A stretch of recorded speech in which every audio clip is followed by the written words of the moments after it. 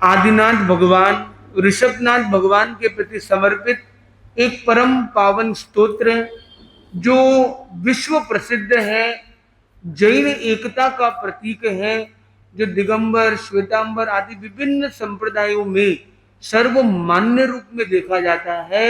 एक ऐसे पावन स्रोत का नाम है भक्तामर स्तोत्र, जिसको कई बार लोग उच्चारण में गफलत करके भक्तांबर भी कह देते हैं, तो उसका वास्तविक नाम है भक्तामर, जो भक्त और अमर ये दो शब्दों के संयोग से बना। ये एक बहुव्रीहि समास का उदाहरण है, जिसका अर्थ होता है बहुव्रीहि समास मतलब ऐसे दो शब्दों का योग होना जिन दोनों शब्दों का अर्थ महत्वपूर्ण है। भक्तामर स्तोत्र जो शब्द है, उस शब्द को पहले हम समझने का प्रयास करेंगे। ये दो शब्दों के योग से बना है, भक्त और अमर। भक्त जिसके, अमर भी जो भक्त हैं जिसके, वे, मतलब ये बहुब्रीहि समास का मतलब ये दो शब्द है ना, इन दोनों से अन्य किसी के लिए हम कह रहे हैं। न हम भक्त की बात कर रहे हैं, न अमर की बात कर रहे हैं, बल्कि जिसके अमर यानी देवता, देवता भी भक्त हैं जिनके, ऐसे आदिनाथ भगवान का स्तोत्र भक्तामर स्तोत्र। तो भक्तामर का मतलब है, भक्तामर कौन है? तो आदिनाथ भगवान है, क्योंकि देवता भी उनकी वंदना कर रहे हैं, उनकी अर्चना कर रहे हैं, उनकी स्तुति कर रहे हैं, उनकी पूजा कर रहे हैं, उनके प्रति नतमस्तक कर रहे हैं। और देवता कर रहे हैं तो पशु पक्षी भी कर रहे हैं, शेर चीता भी कर रहे हैं, और मनुष्यों का तो कहना ही क्या। तो जीव मात्र जिनको नमन कर रहा है, ऐसे परम पावन आदिनाथ भगवान ऋषभनाथ भगवान की स्तुति। स्तोत्र का मतलब क्या? स्तोत्र का मतलब है एक ऐसा स्तवन का क्रम, जो स्तवन और स्तोत्र में, स्तवन, स्तोत्र, स्तुति, ये सब कुछ पर्यायवाची से शब्द है, थोड़ा थोड़ा अंतर हो सकता है। इसमें है जहां पे हम स्तोत्र होता है जो थोड़ा सा विशाल होता है, एक गीतात्मक होता है, उसको स्तुति भी कह देते हैं। स्तवन होते हैं वो जनरली गीतात्मक होते हैं, कि एक स्तवन बनाया है, तो स्तवन जनरली गीतात्मक होता है। वो स्तोत्र होता है वो एक विशाल होता है, और सभी का लक्ष्य होता है कि प्रभु की स्तुति करना। स्तुति, स्तवना, स्तवन, स्तोत्र का लक्ष्य है प्रभु के वास्तविक गुणों का अनुमोदन करना। पर जब वो काव्यात्मक रूप में होते हैं तो बहुत सारे अलंकार भी जुड़ जाते हैं, बहुत सारी उपमाएं भी जुड़ जाती है, और ऐसी ऐसी उपमा, ऐसे ऐसे उदाहरण, ऐसे ऐसे दृष्टांत से प्रभु की अर्चना करते हैं, जिससे प्रभु के प्रति हमारा जो भाव है वो और उन्नत बने। और इस भक्तामर स्तोत्र का लक्ष्य हमारे अंदर अहोभाव आए। ओहो, ऐसे परम पावन प्रभु हमारे हैं। जितना अहोभाव आएगा उतनी उनसे हमें एनर्जी ज्यादा मिले। तो भगवान ऋषभनाथ क्या है? एक डैम की तरह। डैम में पानी जितना ऊपर टंकी होगी उतना फोर्स के साथ पानी आएगा, और जितना नीचे होगी, अगर टंकी यहां रखी है और आप यहीं पे नल लगा लो तो कितने फोर्स के साथ पानी आएगा? थोड़े थोड़े फोर्स से आएगा। और अगर टंकी यहां रखी है और नल यहां रखा हुआ है तो कितने फोर्स से आएगा? तुलनात्मक ज्यादा फोर्स से आएगा। और टंकी अगर यहां रखी हुई है और नल यहां रखा हुआ है तो पानी बहुत फोर्स के साथ आएगा।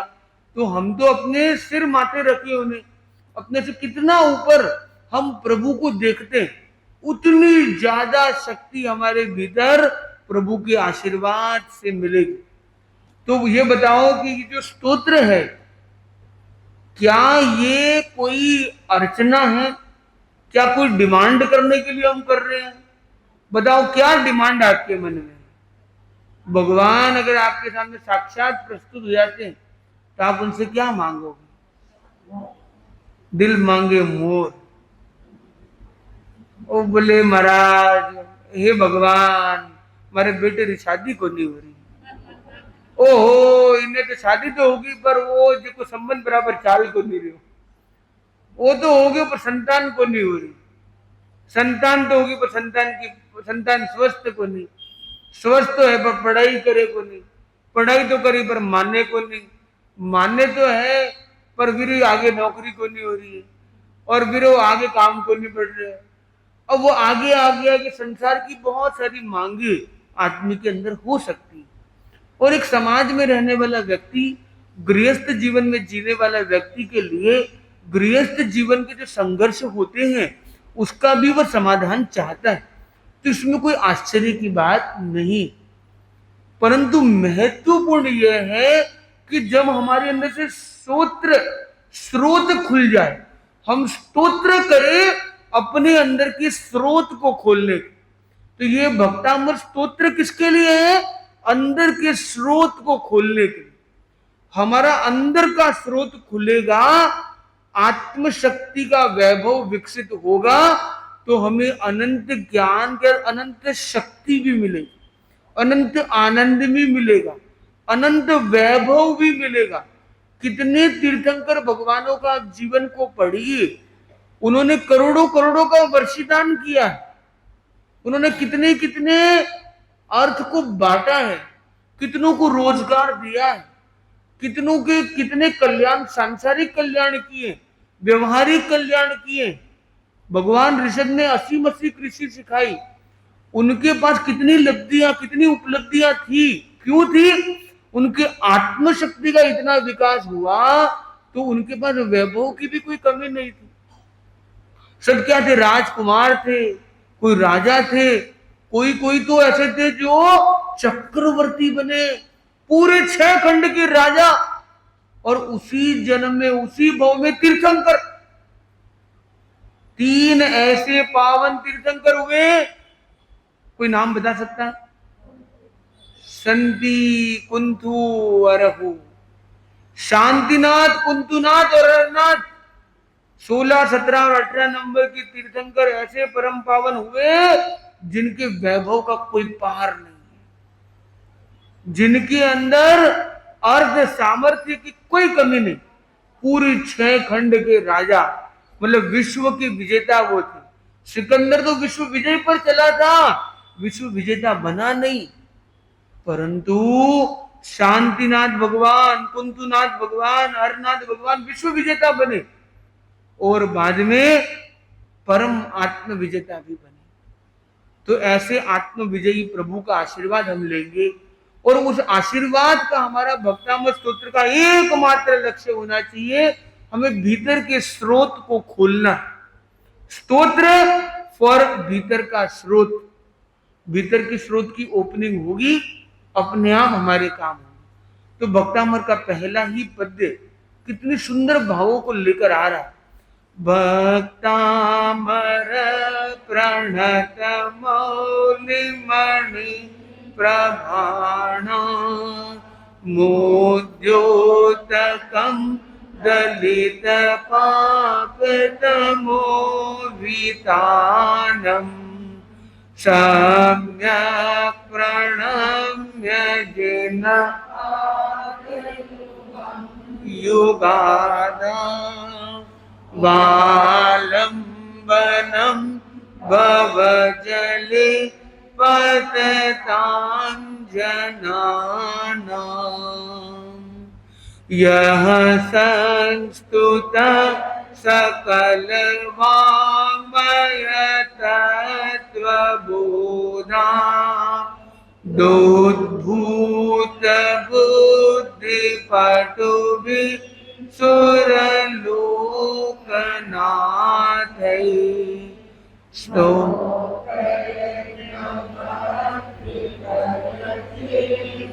स्वरनाथ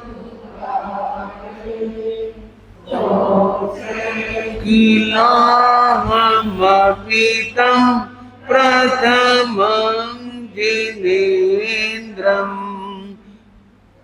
तो इस स्थान पर हमने एक श्लोक पर रुक के अर्थ न करके 2 श्लोक साथ में क्यों कहे? ये एक जिज्ञासा आपके मन में हो सकती है।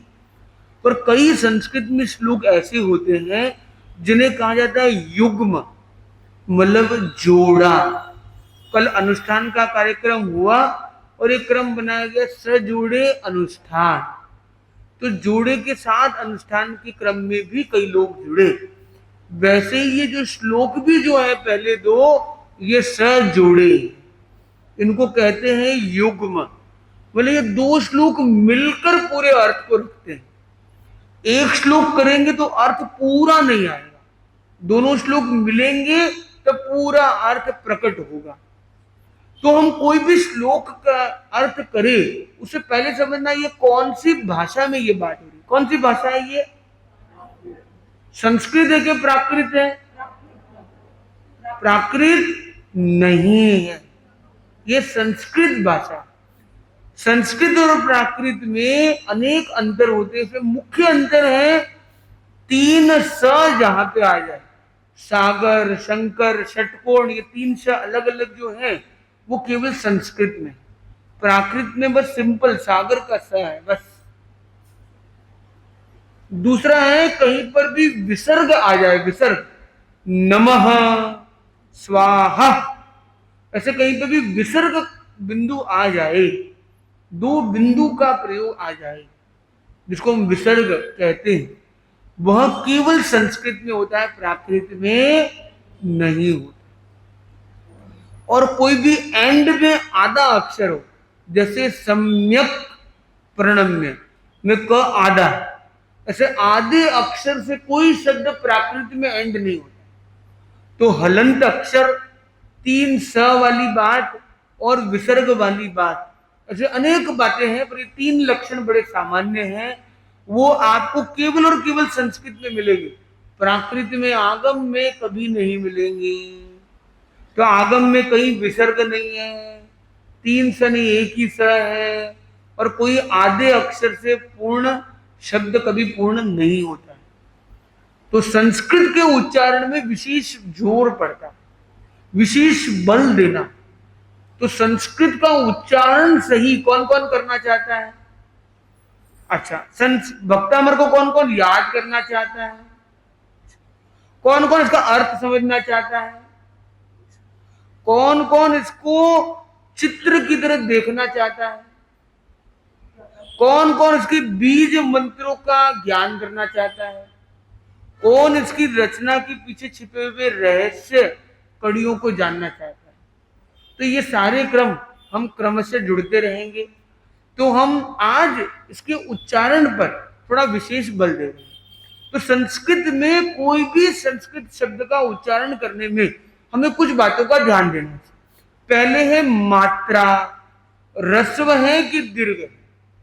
जैसे भक्तामर, प्रणत, मौली, मौली में ई छोटी, अब जैसे मौली ऐसे बोलेंगे तो ई बड़ी होगी।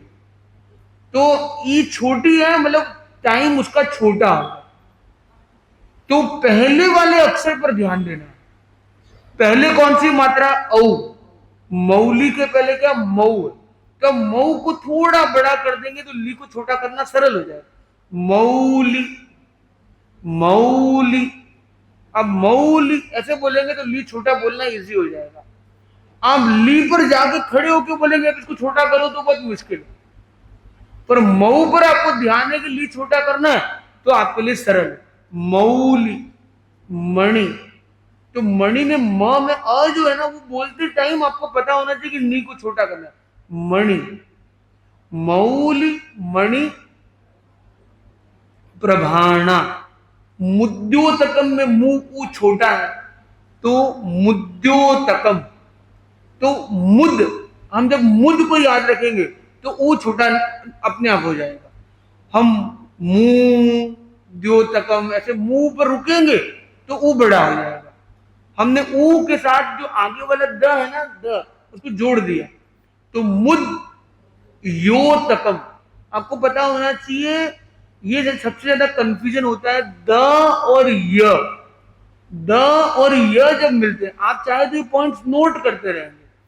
पहली बात हमने कही मात्रा के बारे में ध्यान देना है। दूसरी बात हम रख रहे हैं वह है जब भी द और य, ये एक संयोग है जिसको कम लोग समझ पाते हैं, क्योंकि ये कोई अक्षर नहीं है, वो द भी नहीं है, ध भी नहीं है, वो द और य का कॉम्बिनेशन है।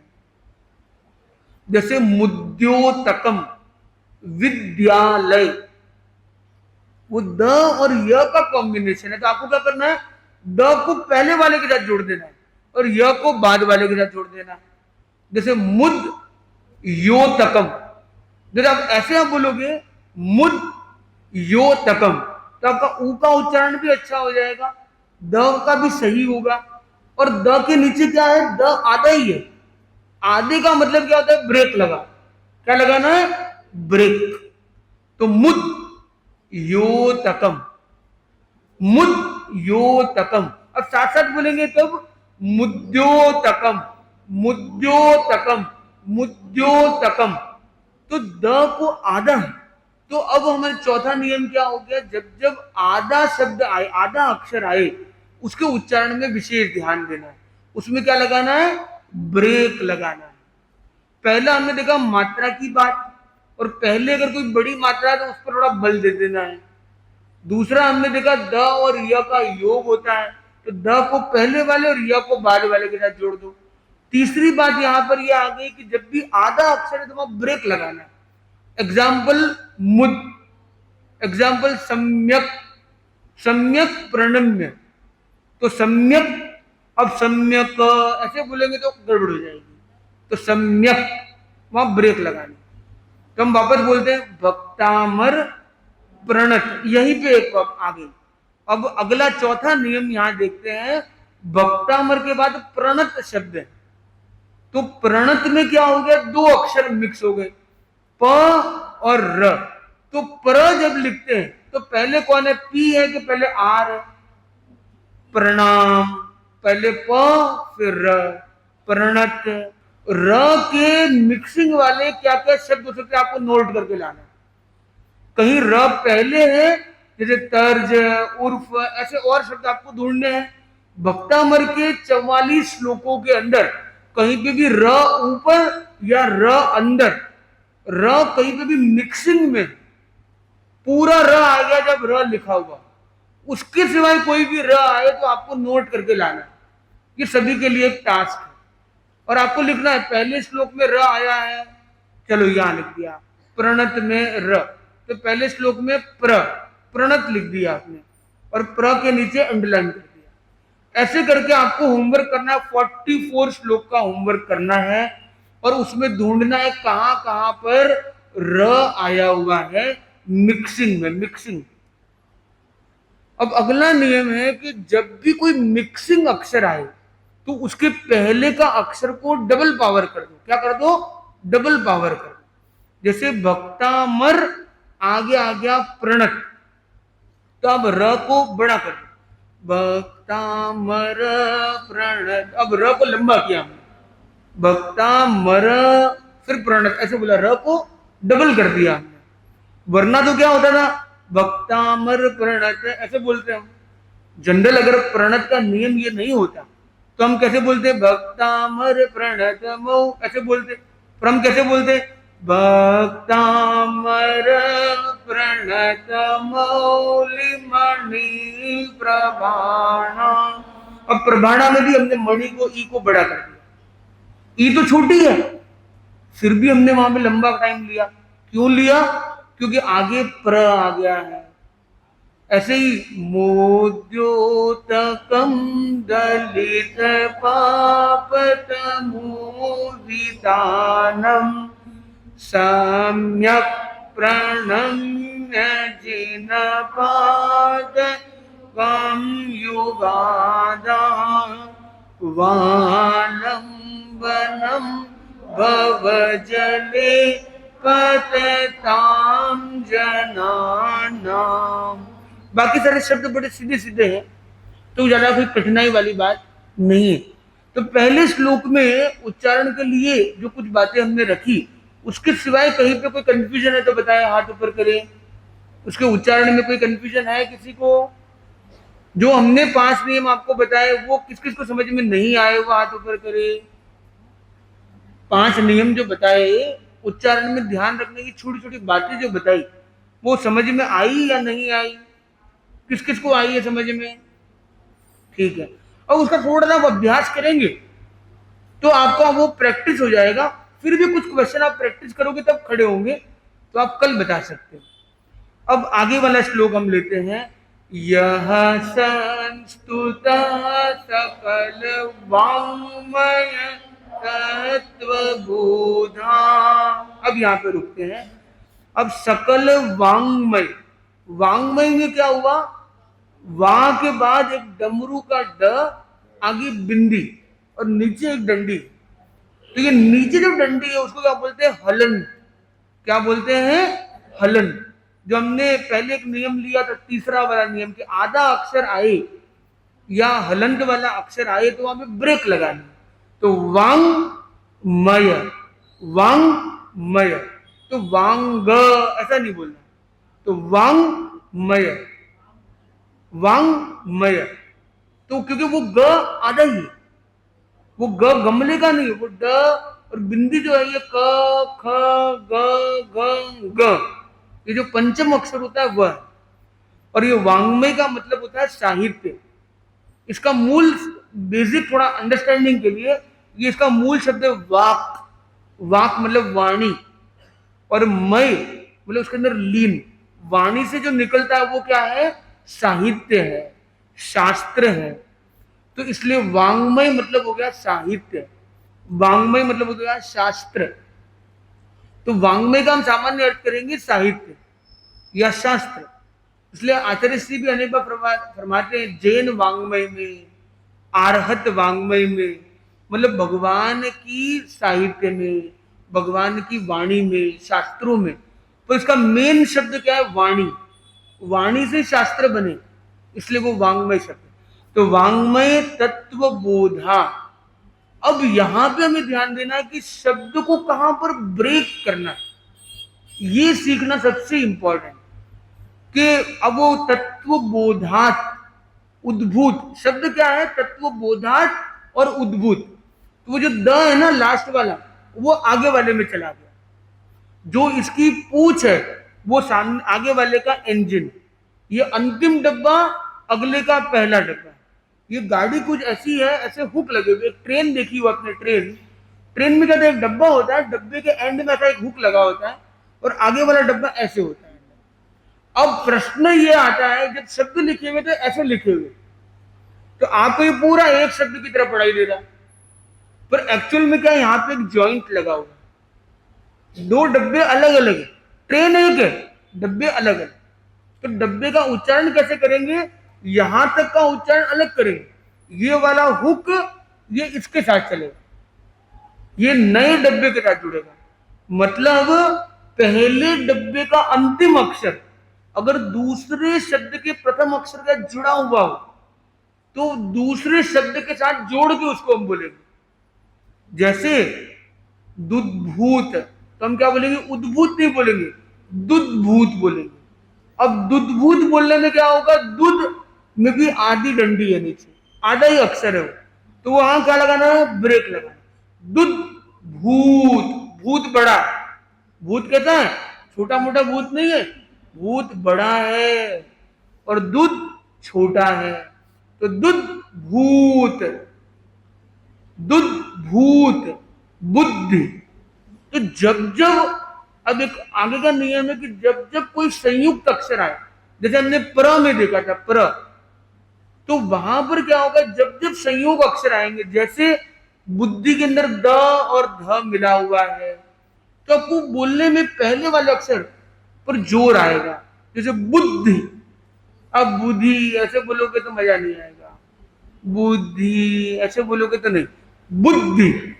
और ये मंत्र है, मंत्रों के अंदर जितने संयुक्त अक्षर आते हैं उतना मंत्र और शक्तिशाली बन जाता है, क्योंकि जितने ज्यादा वो हलंत आते हैं, आधे अक्षर आते हैं, ब्रेक लगती है, फिर गाड़ी चलती है, फिर ब्रेक लगती है, फिर गाड़ी चलती है, डबल आते हैं, वहां जोर लगता है अंदर, तो वो एनर्जी क्रिएट होती है।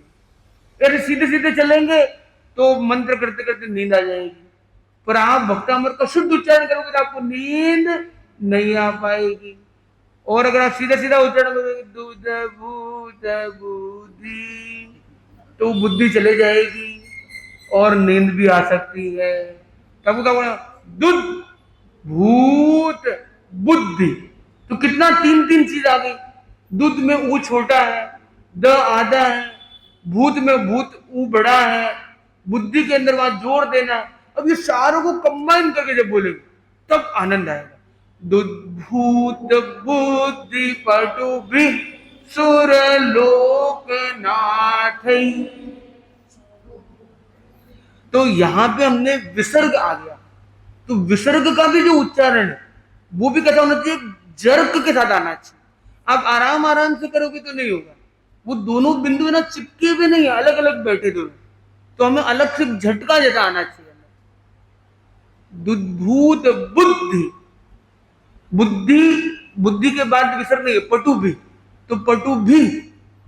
तो ये जो उच्चारण में जो ये आना चाहिए भाव, वो विसर्ग में एक झटका वाला उच्चारण आएगा। तो हम वापस ये करेंगे, यह संस्तुत सकल तत्व बोधा दुर्भूत पटु भी सुर लोक नाथ। त्रितय चित हरैरुदारै दोष्य किलाहमपि तं प्रथमं जिनेन्द्रम्। इसमें तीसरी लाइन का पहला शब्द स्तोत्रैर, वहां पर भी र के नीचे क्या है, डंडी, तो स्तोत्रैर। अब र को भी आधा बोलना, ये और अलग है। और र के पहले क्या है, त्र, ये त्र भी क्या है, त और र की कॉम्बिनेशन है। त्रिशूल का जो त्र, ये एक नहीं, ये दो अक्षर का कॉम्बिनेशन है। क्ष त्र ज्ञ, ये सब क्या कॉम्बिनेशन है। तो ये क्या हो गया, स्तोत्रैर। तो त्र बोलना, डबल आई की मात्रा में ए नहीं, आई की तरफ बोलना, र आधा, तो इसमें थोड़ा ध्यान देने का। स्तोत्रैर, स्तोत्रैर। अब यहां पर जो आगे वाला जो शब्द है उसमें वो एंजिन वाला नियम ध्यान रखना है। जगत त्रितय चित्त हरई रुदारई, ये अब आपको क्या करना है, आपकी भी नोटबुक जहां पर भी आप उच्चारण आपका जिसका सेट है वो अच्छी बात, जिन शब्दों का सेट नहीं आपको वहां पे क्या मार्किंग लगानी है। एक मार्कर से भी लगा सकते हो आप, वहां पे क्या एक लाइन खींच देनी है कि ये डब्बा अलग, ये डब्बा अलग, ये डब्बा अलग, ये अलग। तो ये क्या है, 5 चीजें होगी। पहला है जगत। अब आप जगत त्रितय साथ में बोलने जाओगे तो कंफ्यूजन हो सकता है। तो पहला क्या है, जगत। दूसरा है त्रितय, त्रितय, त्रितय नहीं है क्योंकि त्रि छोटी है, त्रितय, जगत त्रितय। फिर है चित्त, चित्त में त डबल है तो वो जोर आना चाहिए ई पर, चित्त। फिर क्या है, हरई, और फिर है रुदारई। तो ये हरई रुदारई में वो डब्बे वाला नियम है। वो एक्चुअल में मीनिंग में देखेंगे तो जो हरई और उदारई है, उदारई शब्द तो क्या है, उदार, इधर वाले डब्बे का र आ गया, उधर वाले का ऊ, दोनों जुड़ गए, तो हम साथ में बाद वाले में बोलेंगे।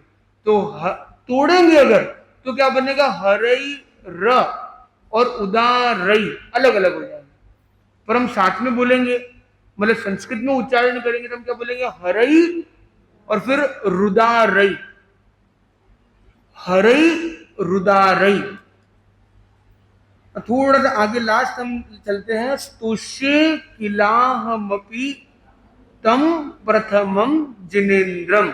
अब इसमें क्या ध्यान देना है, किलाहमपि। अब इसमें क्या है, ऐसे देखिए तो कुछ भी नया नहीं है, पर ये जो शब्द है ये पूरे पूरे, ह पूरा है, म पूरा है, पर हम आधा आधा बोलने की प्रैक्टिस इतनी हो जाती है कि हम आधा बोल के निकल जाते हैं। किलाहमपि हम बोल देंगे, ह को खा जाएंगे, ह बोलेंगे तो ह को आधा बोलेंगे, ह को पूरा जब बोलेंगे तो थोड़ा सा वो लंबा चलेगा कि ला ह म पी, तो पूरा उच्चारण करना ये भी इंपॉर्टेंट होता है। हम जैसे बोलते हैं दिन रात, पहले शब्द क्या है, पर जब संस्कृत में बोलेंगे क्या बोलेंगे, दिन, क्या बोलेंगे, दिन, न का अ है अंदर, न आधा नहीं, दिन, दिन रात। तब हम दिन रात ऐसे बोलते जैसे हम बोलते हैं नॉर्मल में, तो नॉर्मल में जो उच्चारण करते हैं वो गलत करते हैं, पर हिंदी में सब चलता है, पर जब संस्कृत में करते तो ऐसा नहीं चलता। अब दिन को करने वाला सूर्य, दिनकर उसका नाम है, तो सूर्य का नाम क्या है, दिनकर। पर हम कैसे बोलते हैं, दिनकर जी आए हैं, दिनकर जी आए हैं, किसका नाम दिनकर होगा तो क्या बोलेंगे, दिनकर, तो वो न आधा बोलते हैं। पर कहीं कहीं पूरा बोलना भी एक चैलेंज होता है, मतलब सही को सही पढ़ना भी इंपॉर्टेंट। अब आप जब ये नियम को जान चुके हो, अब इन अक्षरों को देख देख कर अगर पढ़ोगे तो आपको एकदम सटीकता से वो समझ में आने लग सकेंगे। तो आगे से मैं ये सोचता हूं कि हमारा ये क्रम 10:40 तक रखा जाए, तो ये कैसा लगता है आपको? जो 9 बजे आ रहे हैं वो 2 सामायिक कर सकेंगे, और जो लोग केवल भक्तामर में हैं उन्हें भी 10:40 तक का समय एक रह सकेगा।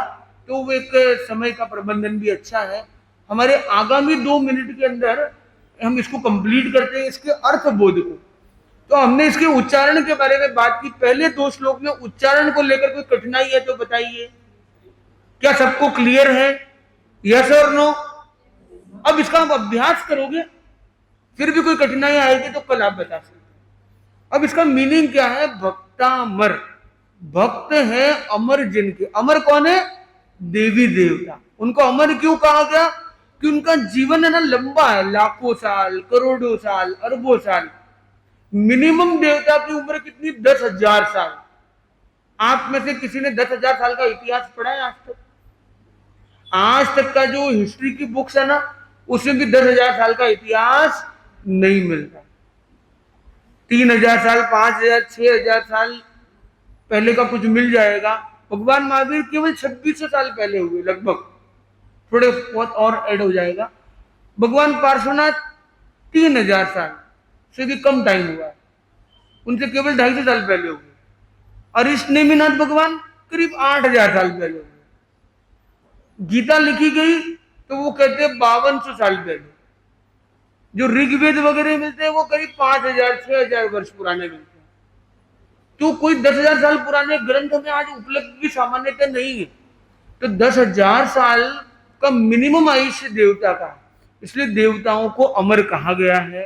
तो ऐसे अमर देवताओं के लेकर इसके जो श्लोकों की रचना है, इसका अर्थ बोध सचित्र रूप में कल व्यवस्था के साथ हो सकेगा। आज के सेशन को यही कंप्लीट करते हैं।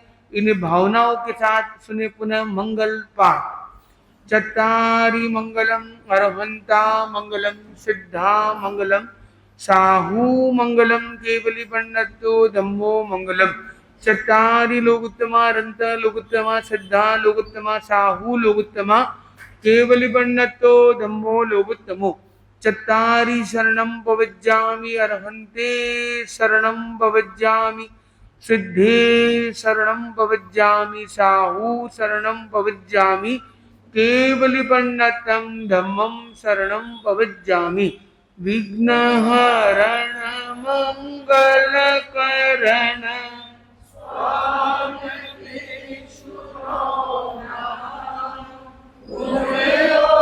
लख सुमिरन किया सरे चिंता कांसरे अचिंत्या कांसरे अचिंत्या कां। एक दिवसीय त्याग पहले नहीं बताया था, तो सुझाव के रूप में नूडल्स खाने का एक दिन के लिए